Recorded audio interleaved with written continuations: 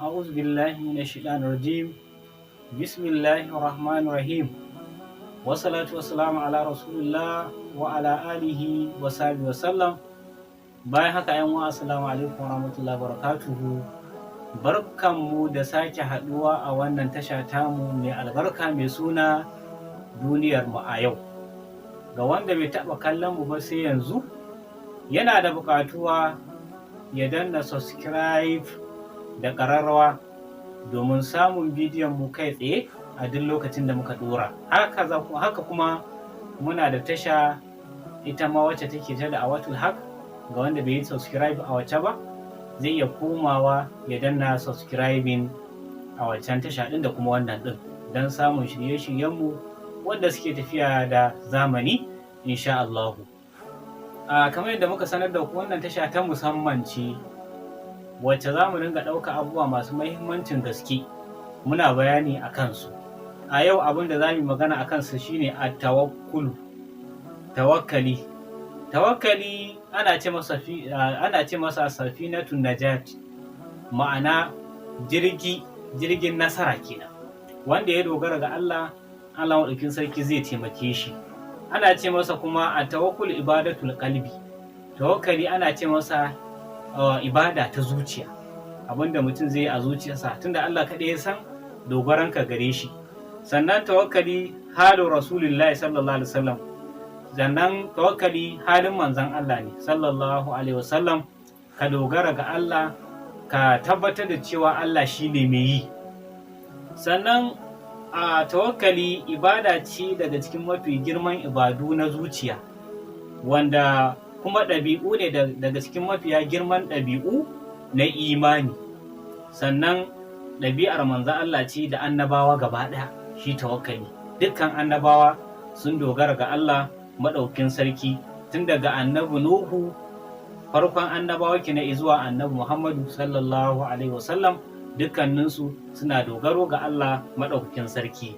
Tawakkali abinda ake nufi da shi shine, ma'anar tawakkali shine mutum ya yarda da abin da Allah ya kaddara a gare shi, sannan kuma ya dogara a gare shi, ya yanke dukkanin wata ƙauna a wajen halittu, ba shi da wata bukata a wajen halittu sai a wajen Allah. Ya tabbatar da cewa duk abin da zai nema Allah ne mai yi, ya dogara ga Allah, ya yanke ƙaunarsa ga dukkanin mutane ba za su iya masa komai ba in ba abin da Allah ya kaddara a gare shi ba. Sannan tawakkali daga cikin ma'anarsa mutum ya fawwala al'amuransa zuwa ga Allah, wanda shi Allah shine mai yi, ya dogara a gare shi, sannan kuma ya aminta da cewa Allah zai yi masa. Hakika Allah maɗaukin sarki ya umarce mu da yin tawakkali a wajaje da yawa a cikin Alƙur'ani. Yana kiran mu da mu riƙo da shi wannan tawakkali, mu dogara ga Allah maɗaukin sarki. In ka dogara ga Allah, Allah zai ma komai, ba abin da ya fi ƙarfin Allah maɗaukin sarki. Allah ya ce wa ma tawfiqi illa billah alayhi tawakkaltu wa ilayhi unif. Ma'ana babu abin da yake na dacewa ta sai zuwa ga Allah, a gare shi na dogara kuma gare shi makoma ta take. Sannan Allah ya ce fa iza azamta fa tawakkal ala Allah inna Allah yuhibbul mutawakkilin. Idan kai azama za ka yi wani aiki na alkhairi, to ka dogara ga Allah maɗaukin sarki, domin Allah yana son masu tawakkali. Sannan wata aya Allah yake cewa innamal mu'minuna allazina idza zukira Allah wajilat qulubuhum wa idza tuliyat alaihim ayatuhu zadatuhum imanan wa ala rabbihim yatawakkalun. Mahalli shahid, wa ala rabbihim yatawakkalun. Sannan wata aya Allah yake cewa wa ala Allahi falyatawakkalul mu'minun. Sannan wata aya Allah yake cewa wa man yatawakkal ala Allahi fa huwa hasbu inna Allaha balighu amri qad ja'ala Allahu li kulli shay'in qadra. Wata aya Allah yake cewa wa tawakkal ala al-hayy allazi la yamutu wa sabbih bihamdi. Sannan yana daga cikin abin da ya zo na sunna da yake nuna mana mahimmancin tawakkali da dogaro ga Allah. Ya zo a cikin hadisi wanda manzon Allah sallallahu alaihi wasallam yana halittar manzon Allah yana umartar bayi da yin tawakkali ga Allah maɗaukin sarki.